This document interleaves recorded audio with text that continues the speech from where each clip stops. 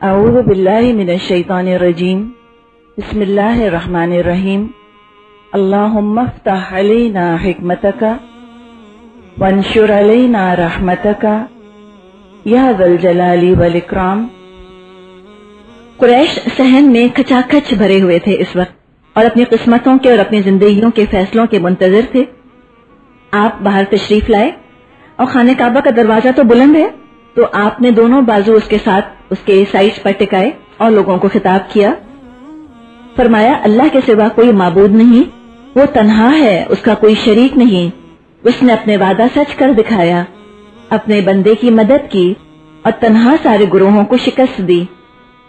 آپ نے یہ بھی فرمایا اے قریش کے لوگوں، اللہ نے تم سے جاہلیت کا تکبر اور باپ دادا پر فخر کا خاتمہ کر دیا ہے۔ سب انسان آدم سے ہیں اور آدم مٹی سے بنے تھے۔ پھر آپ نے یہ آیت تلاوت فرمائی، یا ایھا الناس انا خلقناکم من ذکر و انثی وجعلناکم شعوبا وقبائل لتعارفوا ان اکرمکم عند اللہ اتقاکم ان اللہ علیم خبیر۔ یہ سورہ حجرات کی آیت نمبر 13 ہے کہ اے لوگوں، بے شک ہم نے تم کو بنایا ہے ایک مرد اور ایک عورت سے، اور ہم نے بنا دیا تم کو قبیلوں کے اندر اور گروپس کے اندر تاکہ تم ایک دوسرے کا تعارف کر سکو۔ پہچان کے طور پہ کیا گیا ہے، فضیلت کے طور پہ نہیں۔ بے شک سب سے زیادہ باعزت اللہ کے نزدیک تم میں سے وہ ہے جو سب سے زیادہ تقوی والا ہے، اور بے شک اللہ علم والا اور خبر والا ہے۔ پھر آپ نے لوگوں سے پوچھا تمہارا کیا خیال ہے، میں تمہارے ساتھ کیسا سلوک کرنے والا ہوں؟ اب وہ متکبر جو کسی طرح اسلام کے آگے جھکتے نہ تھے، عاجزی کرنے لگے، گڑ گڑانے لگے، پلیٹ کرتے ہوئے کہنے لگے کہ اخن کریم ابن اخن کریم، کہ آپ تو کریم بھائی ہیں، کرم کرنے والے بھائی کے بیٹے ہیں۔ اب یہ ان کے ہاں ایکسٹریم ایگزیجریشن تھا، اس سے زیادہ عرب کسی کی تعریف نہیں کر سکتا کہ کریم کہے کسی کو اور کریم کا بیٹا کہے۔ آپ نے فرمایا میں تم سے وہی کہوں گا جو یوسف نے اپنے بھائیوں سے کہا تھا، لا تثریب علیکم اليوم، آج تم پر کوئی ملامت نہیں، جاؤ تم سب آزاد ہو۔ تو تاریخ نے تو آج تک کوئی فتح کا ایسا منظر نہیں دیکھا، اور بات بھی یہی ہے کہ العفو عند المقدرہ، معاف کرنا تو اس وقت ہوتا ہے کہ جب آپ قدرت پا جائیں، قابو پا جائیں لوگوں پر۔ نماز کا وقت ہو رہا تھا، حضرت بلال نے کعبے کی چھت پر چڑھ کر اذان دی۔ حضرت بلال حبشی تھے تو ان سے شین ادا نہیں ہوتا تھا، وہ اشہد اللہ الہ نہیں کہتے تھے، اشہد اللہ الہ، اشہد اللہ الہ کہا کرتے تھے۔ جیسے ہم لوگ دیکھتے ہیں نا، کچھ لوگ قاف کے بجائے خا کہتے ہیں، قاف نہیں نکلتا، وہ زبان کا پرابلم ہے، تو ظاہر ایسی مجبوری تو ایکسکیوزیبل ہوتی ہے۔ مکہ فتح ہوا تو باقی تو سارے لوگوں کو امان دے دی گئی تھی سوائے 9 مشرکین کے، ان کو امان نہیں دی تھی، اور ان کے بارے میں اعلان کر دیا گیا تھا کہ جہاں پائے جائیں ان کو قتل کر دیا جائے، چاہے خانہ کعبہ کے پردے میں چھپے ہوئے پائے جائیں، وہاں سے بھی نکال کر ان کو قتل کیا جائے۔ عبداللہ بن خطل ایک مشرک تھا، یہ خانہ کعبہ کے پردے میں جا کر چھپ گیا، وہاں سے نکال کر اسے قتل کیا گیا اور اس کی لونڈی بھی قتل کی گئی۔ اس کے علاوہ 2 اور مشرکین قتل کیے گئے، 4 قتل ہوئے اور 5 کی جان بخش دی گئی۔ دوسرے دن آپ نے خطبہ دیا، فرمایا مکے کو اللہ نے حرام کیا ہے، لوگوں نے نہیں۔ جو کوئی اللہ اور یوم آخرت پر یقین رکھتا ہو اس کو یہاں خون بہانے، درخت کاٹنے کی اجازت نہیں۔ اگر کوئی میرے بعد یہ دلیل لائے کہ رسول اللہ نے تو مکے میں لڑائی کی، تو یوں جواب دو کہ اللہ نے اپنے پیغمبر کو اجازت دی اور تم کو نہیں دی، اور مجھے بھی دن کی 1 گھڑی کے لیے اجازت ملی ہے، آج اس کی حرمت پھر بالکل ویسی ہو گئی ہے جیسی کہ کل تھی۔ ایک شارٹ ڈیوریشن کے لیے آپ کو اجازت دی گئی تھی، اس کے بعد ابد تک کے لیے دوبارہ مکے کی حرمت ویسی ہی ہے کہ یہاں خون نہیں بہایا جا سکتا۔ اکرمہ واجب القتل ٹھہرائے گئے تھے، وہ مکہ چھوڑ کر چلے گئے تھے۔ پھر راستے میں وہ اتنا مشہور واقعہ جو ہے کہ وہ کشتی میں جا رہے تھے کہ راستے میں طوفان آ گیا، جتنے مشرکین کشتی میں موجود تھے سب لات اور عزا کو چھوڑ کر اللہ کو پکارنے لگ گئے۔ تو حضرت اکرمہ نے کہا کہ یہی تو وہ دعوت ہے جو اللہ کے رسول دے رہے ہیں۔ واپس وہ آئے ہیں اور آ کر اسلام قبول کیا، ان کو امان دی گئی، اور وہ بہت بڑا ایک ایسٹ اسلام کے لیے بعد میں ثابت ہوئے۔ صفوان بن امیہ کو بھی اپنی جان کا خطرہ تھا۔ عمیر بن وہب رضی اللہ تعالی عنہ نے حضور سے ان کے لیے امان حاصل کی اور صفوان کو ڈھونڈنے نکلے. وہ یمن جانے کے لیے سمندری سفر کی تیاری کر رہے تھے. صفوان کہنے لگے کہ محمد مجھے کس طرح معاف کریں گے. بہت بڑے ایک وار کرمنل کے طور پر تھے صفوان، ایک جنگی مجرم تھے. عمیر نے کہا کہ نہیں، تم محمد کو نہیں جانتے، وہ تمہیں معاف کر دیں گے. ھذا احلم الناس و اکرم الناس و اجود الناس و خیر الناس. انہوں نے کہا یہ تو سب سے زیادہ حلیم ہے انسانوں میں، سب سے زیادہ کریم ہے انسانوں میں، سب سے زیادہ سخی ہے انسانوں میں سے، سب سے بہترین انسان ہے.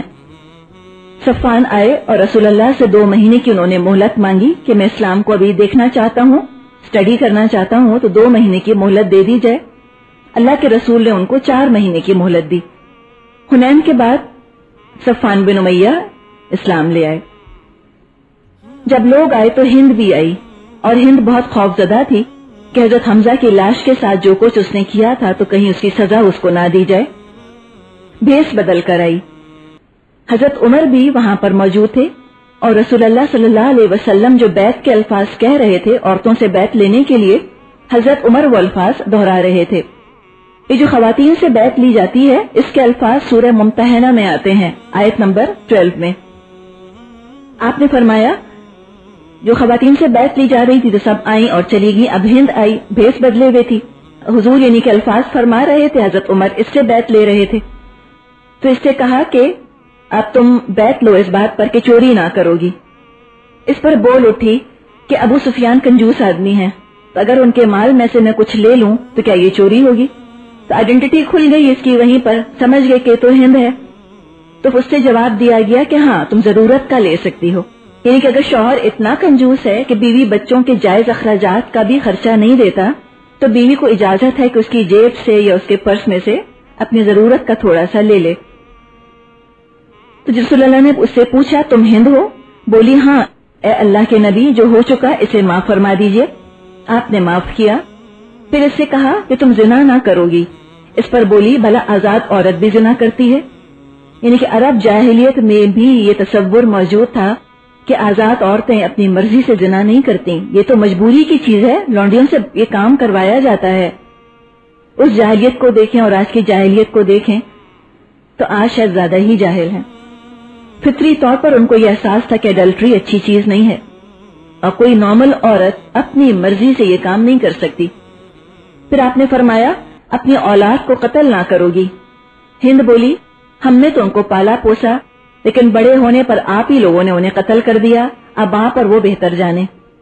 اس کا بیٹا دراصل بدر میں مارا گیا تھا مسلمانوں کے ہاتھوں، اس کا یہ ریفرنس دے رہی تھی. اس کی یہ بات سن کر حضرت عمر ہنس ہنس کر لیٹ گئے اور نبی اکرم نے بھی تبسم فرمایا. اس کے بعد فرمایا کوئی بہتان نہ گھڑو گی، یعنی کہ کوئی اسکینڈل کوئی سلینڈر کا کام نہیں کرو گی. تو بولی واللہ بہتان بہت بری چیز ہے. آخری بات حضور نے فرمائی کہ اللہ اور رسول کی نافرمانی نہیں کرو گی. بولی اللہ کی قسم ہم اس مجلس میں یہ بات دل میں لے کر نہیں بیٹھی کہ آپ کی نافرمانی بھی کریں گی. چپ رہنے والی تھوڑی تھی، ہر بات پر جواب دیا اس نے. اور یہ بھی دیکھیں کہ ہپوکریٹ نہیں تھی، وہ یہ نہیں تھا اس کا معاملہ کہ وہ دل میں کچھ ہے اور زبان پر کچھ. واپس گئی، اپنا بت توڑا اور کہتی جاتی تھی کہ ہم تیرے بارے میں دھوکے میں تھے. مکے میں آپ نے 19 دن قیام فرمایا. اس عرصے میں آس پاس کے علاقوں میں آپ نے گروہ روانہ کرے تاکہ وہاں کے بت توڑ دیے جائیں. نخلا میں عزا کی پوجا کی جاتی تھی، اس کو توڑا گیا. سوا بنات توڑ دیے گئے. اب آپ اس وقت دیکھیں کہ یہ سب کچھ ہو رہا ہے، فتح ہے، وکٹری ہے، سب کچھ آس پاس حاصل ہو رہا ہے.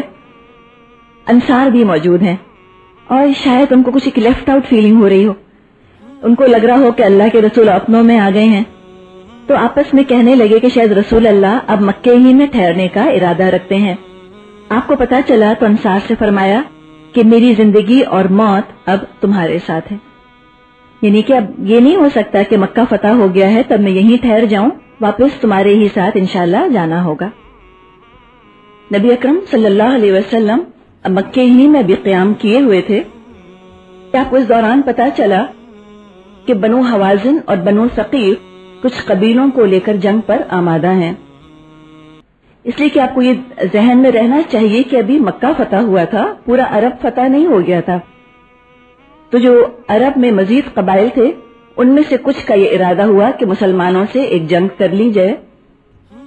یہ خبر ملنے کے بعد مکہ ہی سے 8 شوال سن 8 ہجری میں آپ 12,000 کا لشکر لے کر حنین کی طرف روانہ ہوئے.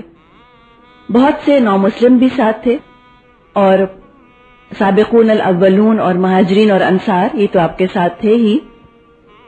یہ جو نو مسلم تھے ان میں سے کچھ کے دل میں خیال آیا کہ اتنے بڑے لشکر کو کوئی ہرا نہ سکے گا. کچے تھے نا، اور جب ایمان نیا نیا آتا ہے تو ظاہری چیزوں کو دیکھ کر، اسلام کی ظاہری چیزوں کو دیکھ کر زیادہ انسان متاثر ہوتا ہے. تو جب ایمان دل میں بیٹھنا شروع ہوتا ہے تو ظاہر سے زیادہ پھر انسان کا توکل تقوی پر اور اللہ پر ہی، یعنی کہ اللہ ہی پر مکمل توکل اس کا ہو جاتا ہے.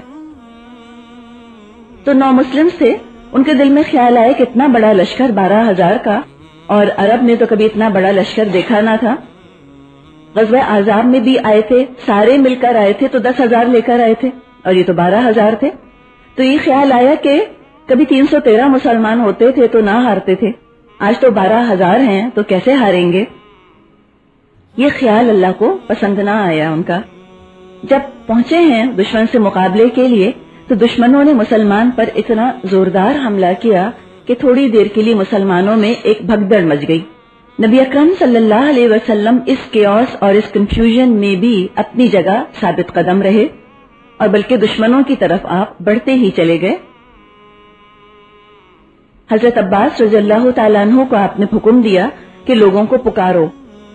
حضرت عباس کی آواز بہت بلند تھی، بہت دور تک سنی جا سکتی تھی.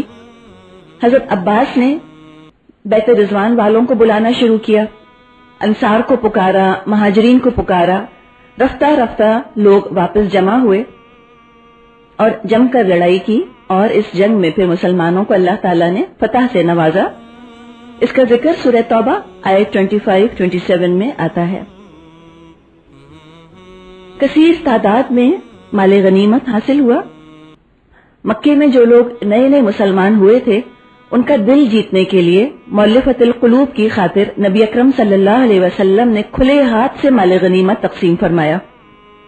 یہاں تک کہ جو لوگ ابھی نئے بالکل فتح مکہ کے بعد مسلمان ہوئے تھے وہ بھی، اور جو ابھی تک مسلمان نہیں ہوئے تھے، صفوان بن امیہ آپ کو یاد ہوگا، ہم نے ان کا ذکر کیا تھا. صفوان جیسے لوگ، یہ لوگ سب کہنے لگے کہ محمد تو اس طرح دیتے ہیں کہ جیسے ان کو کوئی فقر کا اور غربت کا اندیشہ ہی نہیں. اس کھلے ہاتھ سے آپ نے لوگوں کو بانٹا. ابو سفیان کو 6 کلو چاندی اور 100 اونٹ دیے، اور ان کے جو 2 بیٹے تھے ان کو بھی اتنا ہی دیا گیا. یعنی اکیلے ابو سفیان 18 کلو چاندی اور 300 اونٹ. اگر آپ کو اندازہ ہو رہا ہو یہ کتنا بڑا فگر ہے. 100 اونٹ خون بہا ہوا کرتا تھا دیت، اور 100 اونٹ کی دیت دینے کے لیے پورا قبیلہ پولن کیا کرتا تھا. ایک شخص کے بس کا نہیں تھا کہ وہ 100 اونٹ جو ہے وہ جمع کر لے. ہم جیسے کہتے نا کروڑوں، ایسے وہ 100 اونٹ کہا کرتے تھے. تو یہ اس طرح سے، جیسے کہ نبی اکرم صلی اللہ علیہ وسلم کی بھی ایک حدیث آتی ہے نا کہ آپ نے فرمایا تھا حضرت علی رضی اللہ تعالیٰ عنہ سے کہ علی اگر تمہارے ذریعے سے کسی ایک شخص کو بھی ہدایت مل جائے تو یہ 100 سرخ اونٹوں سے بہتر ہے.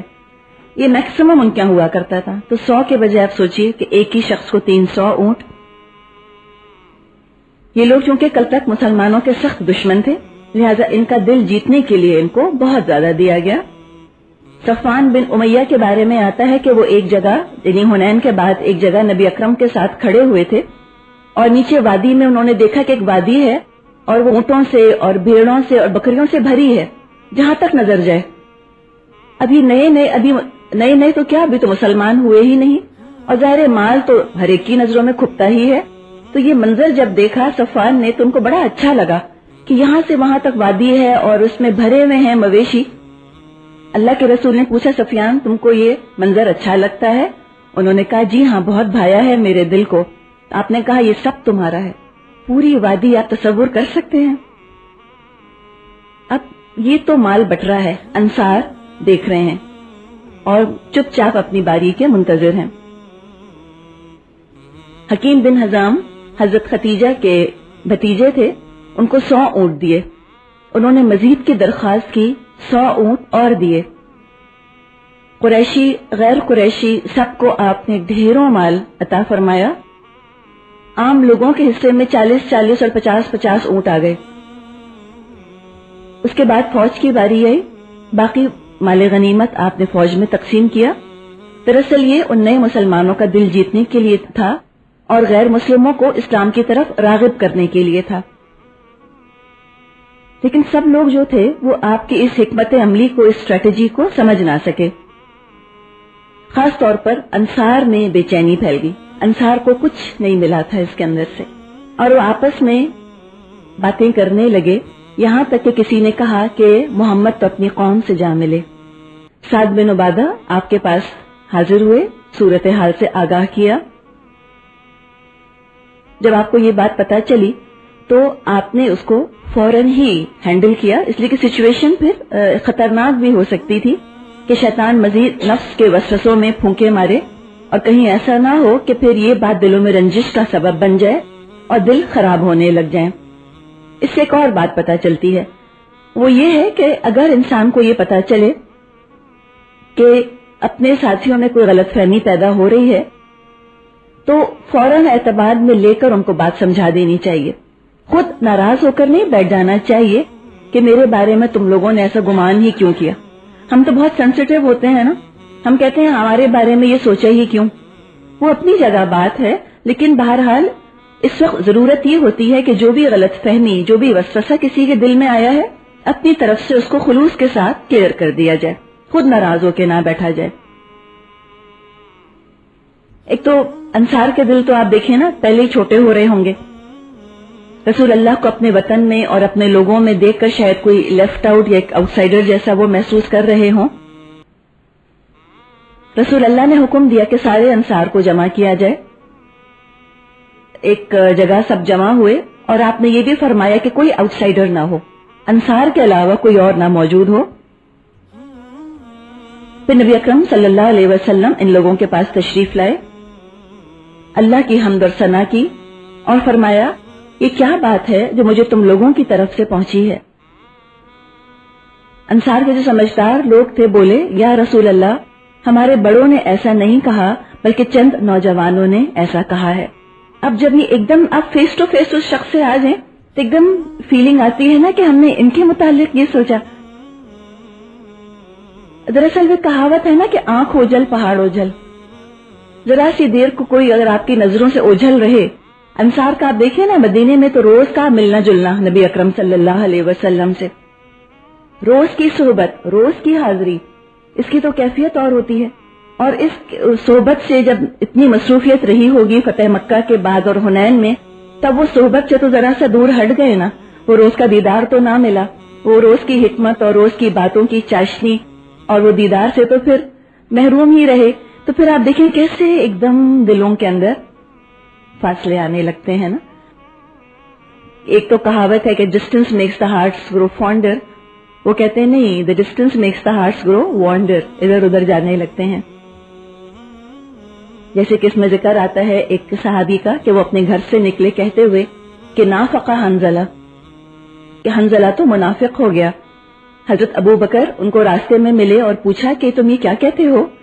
کہنے لگے, ہاں, جب نبی اکرم کی محفل میں بیٹھا ہوتا ہوں تو دین اور تقوی اور میرے ایمان کا جو لیول ہے وہ کچھ اور ہی ہوتا ہے. صرف انہی چیزوں کے بارے میں, جنت, دوزخ, گناہ, ثواب, یہی سوچتا ہوں.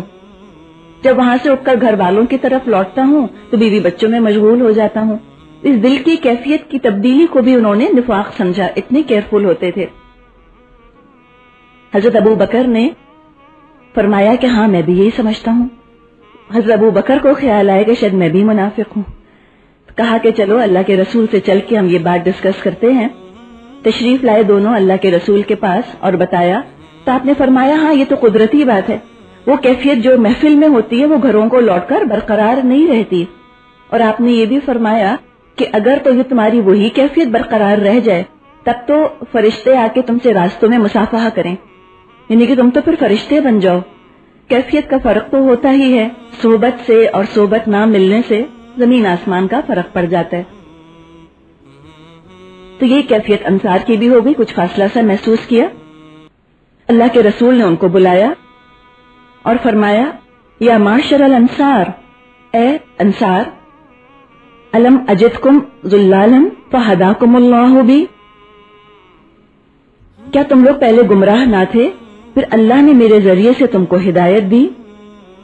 جب اللہ کے رسول کوئی بات فرماتے، انصار کہتے اللہ و رسولہ امنو، اللہ اور رسول نے ہم پر بہت احسان کیا ہے۔ پھر آپ نے فرمایا وَكُنْتُمْ مُتَفَرِّقِينَ فَأَلَّفَكُمُ اللَّهُ بِي، اور کیا تم ایک دوسرے کے دشمن نہ تھے، اللہ نے میری وجہ سے تمہارے دل ملا دیے۔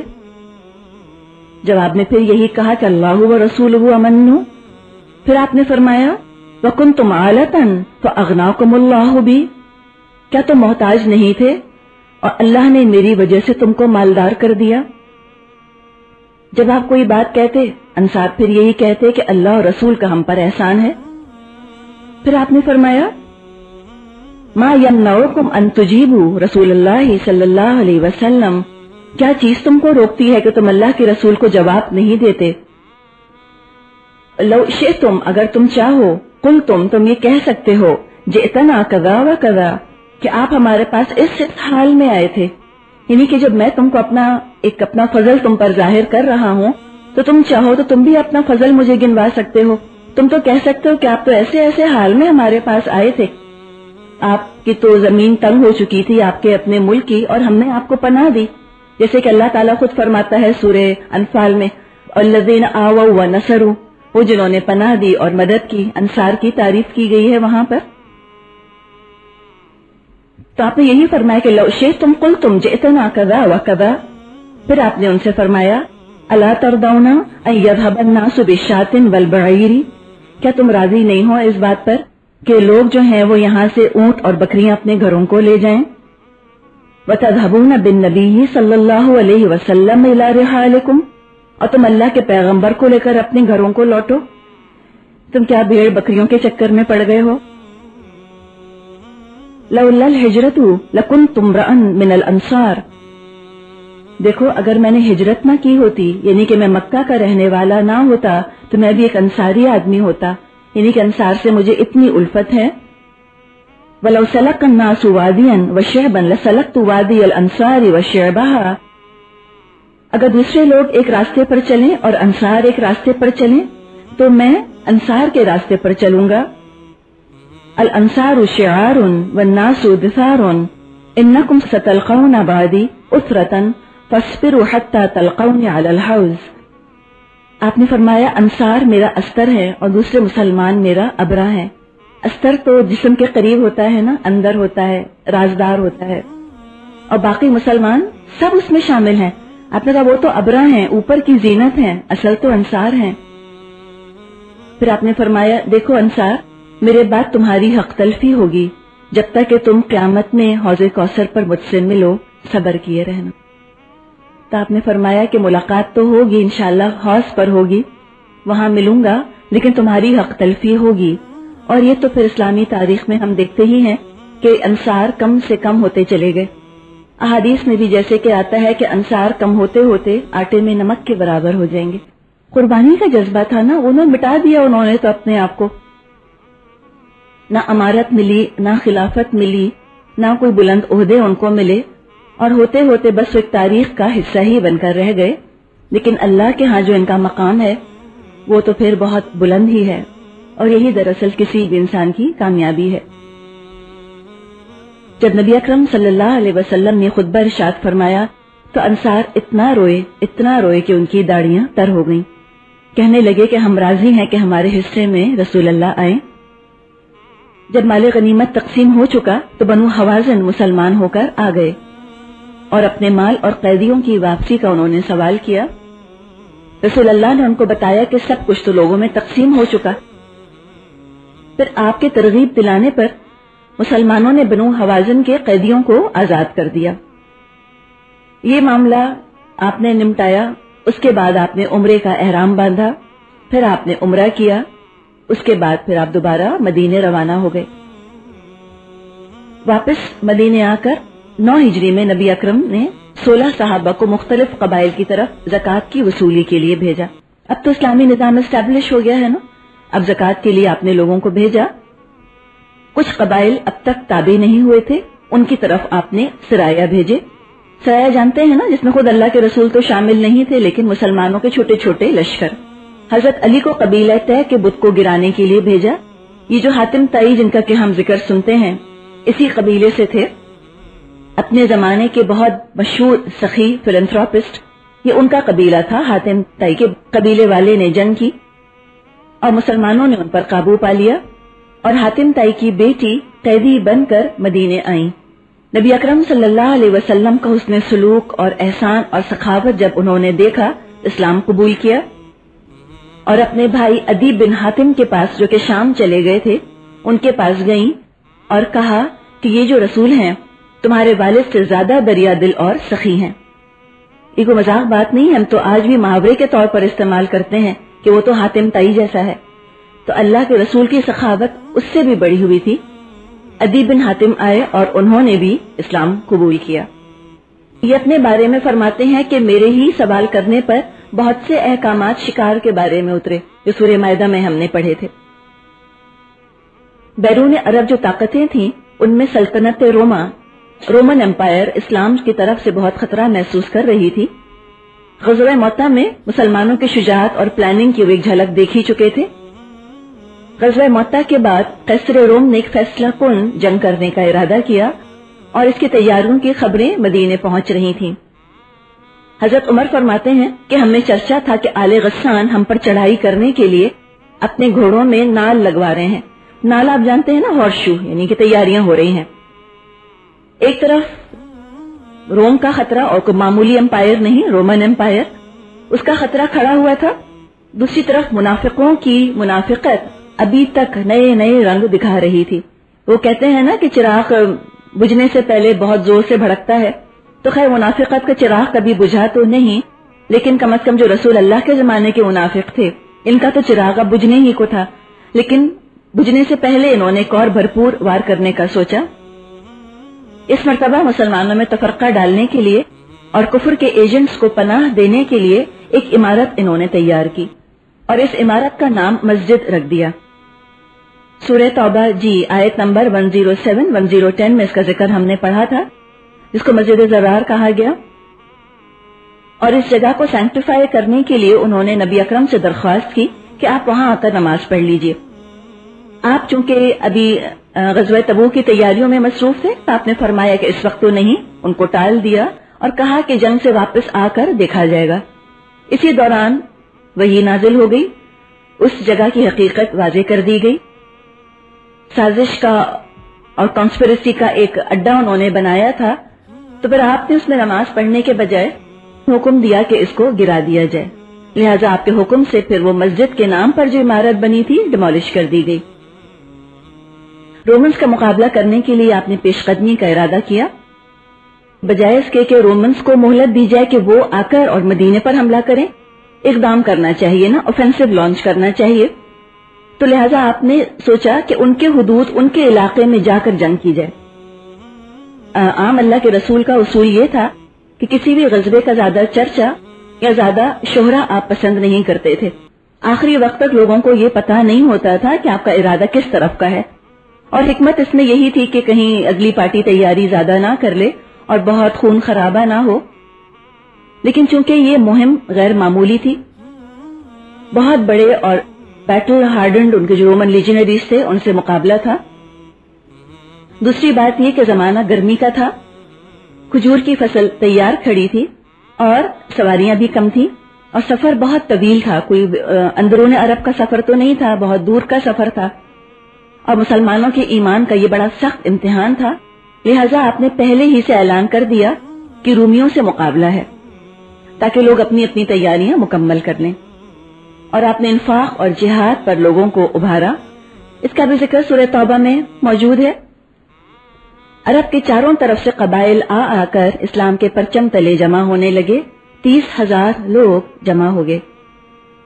صحابہ نے بھی اس انفاق فی سبیل اللہ میں بڑھ چڑھ کر حصہ لیا، ایک دوسرے سے بازی لے جانے کی انہوں نے کوشش کی۔ تنہا حضرت عثمان نے 300 اونٹ اور 5.5 کلو سونے کے سکے اللہ کے رسول کی خدمت میں حاضر کیے. تقریباً 40 کلو چاندی صدقہ کی. صرف حضرت عثمان تنہا انہوں نے اتنا مال دیا کہ 10,000 لوگ تیار ہو سکیں، 10,000 کا لشکر تیار ہو جائے. سونے کے سکے لا کر اللہ کے رسول کی گود میں ڈالے. آپ اس کو اپنی گود میں رکھ کر اور اس میں ان کو الٹتے پلٹتے تھے اور آپ کا چہرہ جو ہے وہ خوشی سے چمک رہا تھا. اور آپ فرمایا کرتے تھے کہ آج کے بعد عثمان کو کوئی چیز نقصان نہیں پہنچائے گی. حضرت عثمان صدقہ کرتے گئے یہاں تک کہ 900 اونٹ اور 100 گھوڑے انہوں نے صدقہ کیے. حضرت علی ان کا قول آتا ہے، انہوں نے فرمایا کہ آسمان والے عثمان کو ذو النورین کہتے ہیں، 2 نور والے، اس لیے کہ ان کے سوا کسی کے پاس پیغمبر کی 2 بیٹیاں جمع نہیں ہوئی. ایک دفعہ رسول اللہ احد پہاڑ پر چڑھے تو ہلنے لگا. آپ کے ساتھ ابو بکر اور عثمان رضی اللہ تعالیٰ عنہما بھی تھے. آپ نے اپنا پاؤں احد پر مارا اور فرمایا احد تھم جا، تجھ پر ایک پیغمبر، ایک صدیق اور ایک شہید سوار ہیں. حضرت عبد الرحمن بن عوف نے 29 کلو چاندی صدقہ کی. حضرت عمر آدھا مال لے کر آ گئے اور سوچا کہ اس موقع پر تو ابو بکر سے بازی لے ہی جاؤں گا. حضرت ابو بکر تشریف لائے تو اللہ کے رسول نے پوچھا کہ ابو بکر گھر کے لیے کیا چھوڑ کر آئے ہو؟ کہا کہ اللہ کا نام اور اللہ کا رسول، یعنی کہ سارا مال لے آئے. حضرت عمر فرماتے ہیں اس موقع پر میں نے سوچا کہ ابو بکر سے کوئی آگے نہیں نکل سکتا. صدقہ کرنے میں عورتیں کچھ پیچھے نہیں تھی. کسی نے ہار، کسی نے انگوٹھی، کسی نے پازیبیں، بازو بند، بالیاں، جس سے جو ہو سکا اپنا انہوں نے زیور آپ کی خدمت میں بھجوایا اور ذرا بھی بخل سے کام نہ لیا. منافقین کا کنٹریبیوشن بھی تھا، کمنٹس اور تبصرے اور تانے. اس زمانے کے منافق بھی یہی کرتے تھے اور آج کے منافق بھی. حضرت علی کو مدینے کا آپ نے انچارج بنایا، پھر آپ مدینے سے نکلے. حضرت علی نے عرض کیا آپ مجھ کو عورتوں اور بچوں میں چھوڑے جاتے ہیں. آپ نے فرمایا الا ترضى ان تكون مني بمنزلة هارون بن موسى الا انه ليس نبي بعدي. علی تو اس بات سے خوش نہیں کہ تیرے پاس وہ درجہ ہو جو موسیٰ کے پاس ہارون کا تھا، مگر یہ کہ میرے بعد کوئی نبی نہیں. ایک فضیلت اور ایک بلند مقام حضرت علی کا بیان کیا جا رہا ہے. اسلامی لشکر نے تبوک کے پاس پہنچ کر پڑاؤ ڈالا، لیکن رومی لشکر مقابلے کو نہ آیا اور اللہ خود مومنوں کی طرف سے جنگ کرنے کو کافی ہو گیا. رسول اللہ کے اس سفر سے حالانکہ دو بدو مقابلہ تو نہ ہوا، لیکن اسلام کو بہت سے سیاسی فائدے حاصل ہوئے. بہت سے آس پاس کے قبائل سے آپ نے معاہدے کیے اور وہ اسلام کے دائرے میں آ گئے. واپسی میں منافقین نے نبی اکرم کو قتل کرنے کی کوشش کی. آپ نے حضرت حذیفہ کو ان کے مقابلے کے لیے بھیجا.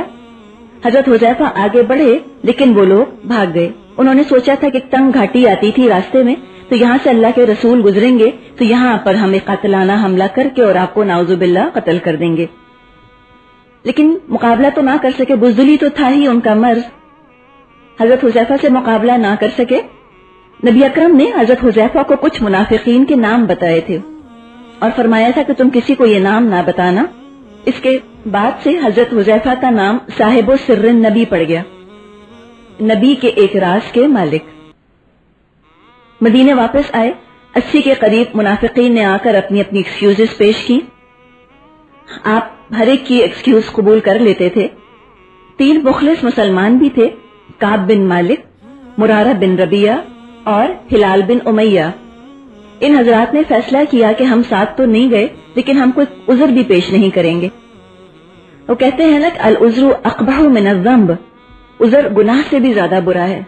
ایک کام نہ کرنا اور نہ کر کر پھر ایکسکیوزز پیش کرنا، بہانے بنانا کمپاؤنڈ کر دیتا ہے اس چیز کی برائی کو. اور بہانے بازی تو ویسے بھی منافقین ہی کی صفت ہوتی ہے، مومن کی نہیں. تو ان صحابہ نے چونکہ کوئی بہانہ نہ بنایا اس لیے ان کی توبہ اللہ تعالیٰ نے قبول فرمائی. لیکن اس سے پہلے 50 دن تک سارے مسلمانوں نے ان سے بات چیت بند رکھ دی. کوئی بات چیت ان سے نہیں کرتا تھا. ایک سائلنٹ ٹریٹمنٹ ان کو دیا گیا. اور یہ ملٹری ٹیکنیک آف ڈسپلن آج بھی ملٹری اکیڈمیز میں استعمال ہوتی ہے. بائیکاٹ کر دیا جاتا ہے کسی کا اور اس سے کافی عرصے بات نہیں کی جاتی. سورہ توبہ آیت 118 میں اس کا ذکر موجود ہے، جو اللہ تعالیٰ فرماتا ہے کہ اذا ضاقت علیہم الارض بما رحبت، کہ زمین تنگ ہو گئی ان پر اپنی کشادگی کے باوجود۔ یہی کیفیت تو آج مسلمانوں کی لگتی ہے نا، زمین ہے اور وسائل ہیں، تعداد ہے، افراد ہیں، لیکن اس کے باوجود ضاقت علیہم الارض بما رحبت، زمین اپنی تمام تر وسعت کے باوجود آج ہم پر تنگ ہے۔ شاید ہم جہاد کے لیے نہیں نکلتے اسی لیے۔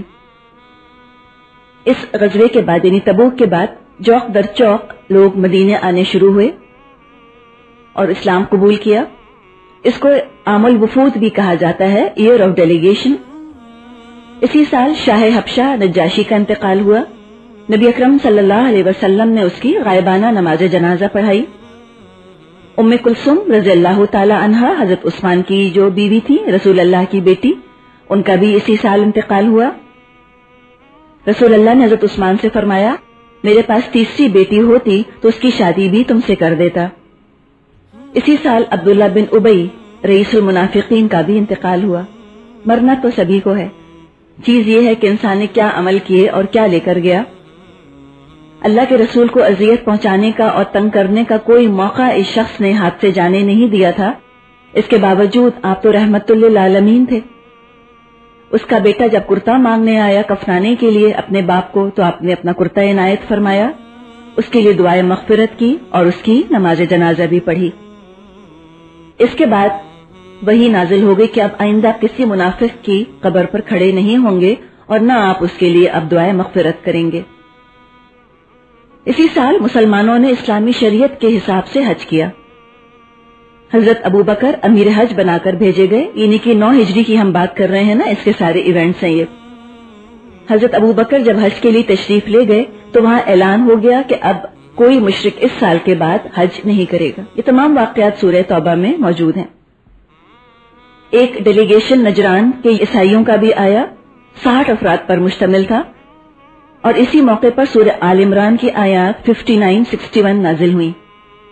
یہ آیت مباہلہ جس میں آتی ہے یہ بھی اسی موقع پر نازل ہوئی۔ عیسائی آئے، انہوں نے بات چیت تو کی لیکن اسلام نہ قبول کیا، واپس لوٹ گئے۔ مسیلمہ کذاب 17 افراد کے ساتھ حضور کی خدمت میں حاضر ہوا، اسلام قبول کیا۔ نبی اکرم صلی اللہ علیہ وسلم نے شخص کے اندر شر محسوس کر لیا، حالانکہ اس نے اسلام قبول کر لیا تھا، لیکن آپ کو فیل ہو گیا۔ ظاہر ایک نبوت کی بصارت تو ہوتی ہے نا، وزڈم ہوتی ہے، پروفیٹک وزڈم ہوتی ہے۔ اس سے پہلے آپ نے خواب دیکھا تھا کہ زمین کے خزانے آپ کے پاس لا کر رکھ دیے گئے اور ان میں 2 سونے کے کنگن آپ کی گود میں گر گئے آ کر۔ سونے کے کنگن عورتوں کا زیور ہوتا ہے، تو آپ کو کراہیت سی محسوس ہوئی اور آپ کو برا بھی لگا اور ایک رنج سا محسوس ہوا۔ یہ خواب دیکھ رہے ہیں آپ پر وحی کی گئی کہ ان کو پھونک دیجئے۔ آپ نے ان کو پھونکا تو دونوں کنگن اڑ گئے۔ اس کی آپ نے تعبیر بتائی کہ میرے بعد 2 کذاب نکلیں گے، 2 جھوٹے۔ مسلمہ نے یمامہ واپس جا کر نبوت کا دعویٰ کیا، اپنی قوم کے لیے زنا اور شراب اس نے حلال کر دیا۔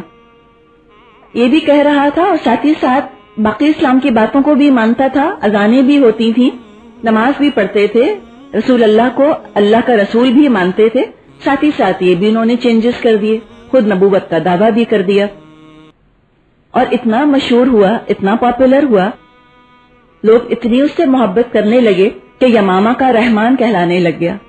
ان کے لیے اس سے بڑھ کر رحمان کون ہوگا جو شراب اور زنا حلال کر دے ان کے لیے۔ رسول اللہ صلی اللہ علیہ وسلم کو اس نے خط لکھا کہ مجھے اس کام میں آپ کا شریک کر دیا گیا ہے، یعنی کہ نبوت میں آپ کا شریک بنا دیا گیا ہوں۔ آدھی حکومت ہمارے لیے ہے اور آدھی قریش کے لیے۔ 2 قاصد یہ خط لے کر رسول اللہ کے پاس آئے، آ کے پوچھنے پر انہوں نے کہا کہ ہاں، ہم گواہی دیتے ہیں کہ مسیلمہ اللہ کا رسول ہے۔ رسول اللہ نے فرمایا، میں اللہ اور اس کے رسول پر ایمان لایا، اگر میں کسی قاصد کو قتل کرتا تو تم دونوں کو قتل کروا دیتا، لیکن چونکہ قاصد کا قتل تو صحیح بات نہیں، لہٰذا آپ نے ان کو چھوڑ دیا۔ قاصد میسنجر یا ایمبیسڈر، وہ جو کوئی پیغام لے کر آتا ہے۔ تو حضرت ابو بکر کی خلافت کے زمانے میں اس شخص کے ساتھ جنگ ہوئی اور یہ مارا گیا، لیکن اس کا ظہور جو ہے وہ خود رسول اللہ ہی کے زمانے میں ہو گیا تھا۔ 10 ہجری میں بھی مختلف وفود آ کر بیعت کرتے رہے۔ اب اسلام کا آپ دیکھیے کہ ننا منا سا جو ایک پودا لگا تھا وہ اللہ کے فضل سے ایک تناور اور مضبوط درخت بن چکا، اور انسان ہر طرف سے اب اس کے سائے میں آ کر پناہ لینے لگے۔ اللہ کے رسول کا مشن تکمیل کی طرف بڑھ رہا تھا۔ 10 ہجری میں آپ نے حج پر جانے کا بذات خود ارادہ فرمایا۔ آپ نے فرمایا خذوا عنی مناسککم، مجھ سے حج کے ارکان سیکھ لو، کیونکہ میں اس سال کے بعد حج نہ کر سکوں گا۔